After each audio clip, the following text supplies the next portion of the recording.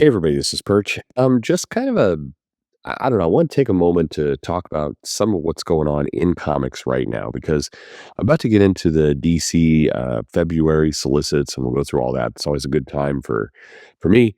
But in general, I've made a lot of comments around the business of comics lately, and what I mean by that is, I mean how comics are sold, where they're sold, how they're marketed, how they're promoted, kind of all this stuff that in theory is boring. I was down. At a convention recently, and well, not that recently actually, but anyway, was talking to some friends and catching up, and they're like, you talk about all this business stuff, but the comics themselves, like when did your channel talk about the things that aren't the comics in comics? And I mean, I'll take that criticism. It's fine. It is it's not wrong. But to me, it's just a shame because even as comics improve and things shift and adapt, we're still struggling with really broken ways of operating and business models and marketing that means a lot of these great efforts are never really going to see the light of day like they should. Um, the reality, and I'm sure many of you won't agree with this take, but whatever, it's my opinion. Comics actually have improved over the last couple of years, potentially a lot. I mean, if you look back to kind of 2000 and where we were kind of heading into COVID, and a lot of the storylines were going on, a lot of the reliance on events, and don't get me wrong, we still have a way too heavy reliance on events, but there are more good comics. I am finding that I am reading and actually enjoying more comics these days than I was 2 or 3 years ago. Not a few, but actually quite a few. That doesn't mean there's still not stinkers out there. There's tons of them out there, but I don't know. I sat down and I read this last week, and I would say a third, close to half of the comics were, reasonable to enjoyable. And I mean, I haven't thought that in a while. And I just happened to be kind of a good week, and there were some really good banger indie comics out, and it was enjoyable. But there have been signs of improvement. And, to look at kind of some of the other things that are going on that show signs. I mean, this Marvel One World Under Doom storyline. You know, I I don't enjoy the gimmick of it, but I will give it the credit of they're going back and trying something that back in around 2010 or so, whenever they did Dark Reign, where Norman Osborn and everything was in charge, and the evil cabal, Illuminati was in charge of things. That was a time that largely worked for Marvel. And it worked because the heroes were on their back foot and they were having to figure out ways to kind of, struggle and compete and actually, overcome big challenges. And if you look at comics at Marvel for the last, I don't know, 10 years or so, it's been kind of the opposite. The heroes have been overpowered. They just kind of plow through anything. The threats are usually generic and not really fleshed out. And so if we're returning to a time where truly Doom has people struggling, that's entertaining, and some of these titles look good. We talked to Joe Casey a while now. Finally, this book has been announced.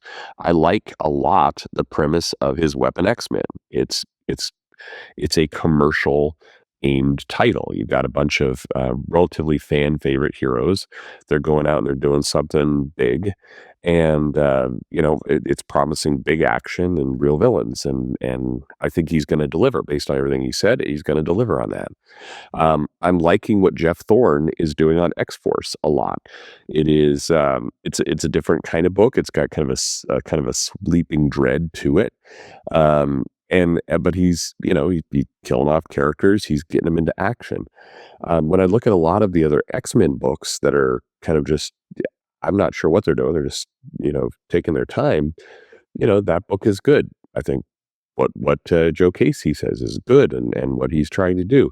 This premise of having a bunch of heroes, having to struggle and fight against a more powerful threat. In this case, Doctor Doom, a big threat.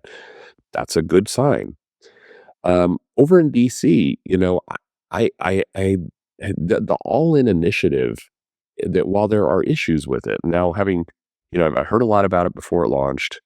I watched the launch, now the aftermath. There's definitely a, good, bad, and ugly in there in terms of what's actually rolled out. Not every idea was a great one. But I do give them credit. They tried some different things. They're doing new ideas with this lineup, and for a guy me who's often complaining they don't try enough new things and they just kind of stay in the same rut, more power to them. Um, the absolute line is fun. I think Batman is a fun title.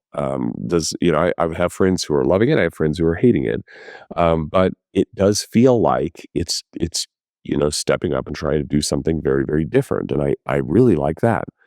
And Nick Dragotta on the art is always amazing. I always love looking at what he's doing, but there is an energy to it. There's a life to it, and more than anything, at least for me, there's a desire to want to come back and see the next issue. I wasn't as fond of the Superman book or the Wonder Woman book, but I am fond of, hey, let's go out there and try something really big, and maybe it will land with you, maybe it won't, but we're going to try and give you lots of reasons to come back next month and try it again. So, I mean, as I'm looking at, I'm reading down kind of the list of things, and again, there's good and bad in everything. I'm praising this World Under Doom because I think creating a big thread is a good idea. However, seeing that we're getting another Thunderbolts book, more or less tied to this event by Kelly and Lansing.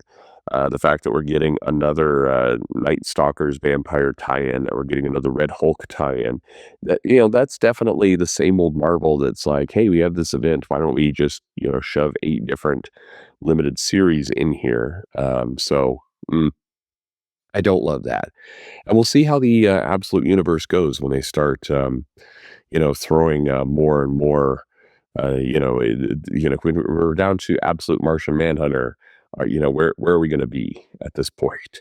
Um, so these the one thing about comics that does remain the same is when they do try new things and it works, when the fans reward them, they absolutely do tend to you know uh, the okay, we got something that vaguely works, and let's copy that 5,000 times or run it completely into the ground and destroy it for everyone. But hopefully, we won't do it this time. I don't know. Amazing Spider-Man. We have this, 8 Deaths of Spider-Man. That was not one of the, the better issues of the bunch, but it's also clearly a holding pattern, right? For this is buying time until we have the next creative team in place. Okay, so a lot of things going on in comics, but there's signs to be optimistic, just like there's signs to be to see that there's a lot of the same stuff going on.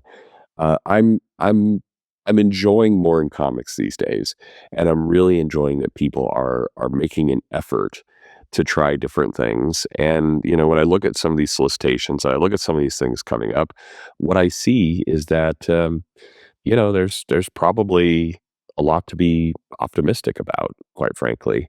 And when I say a lot, what I mean there is I'm very confident that I'm going to have 3, 4 comics, a week that I'm going to really enjoy. And, it looks like a little bit of a promise for more. And so that's great. I mean, literally, that's definitely what I want. So anyway, what about you? Are you finding more things to enjoy? Do you see a little bit of a change? Have you noticed that there is kind of an attempt to get real threatening villains back in the mix? That there is an attempt to do things a little bit differently. Again, plenty of examples of some of the same old problems, but we're seeing some new things too. And I think that's a positive. Let me know what you think in the comments below. Like and subscribe, and thanks for listening.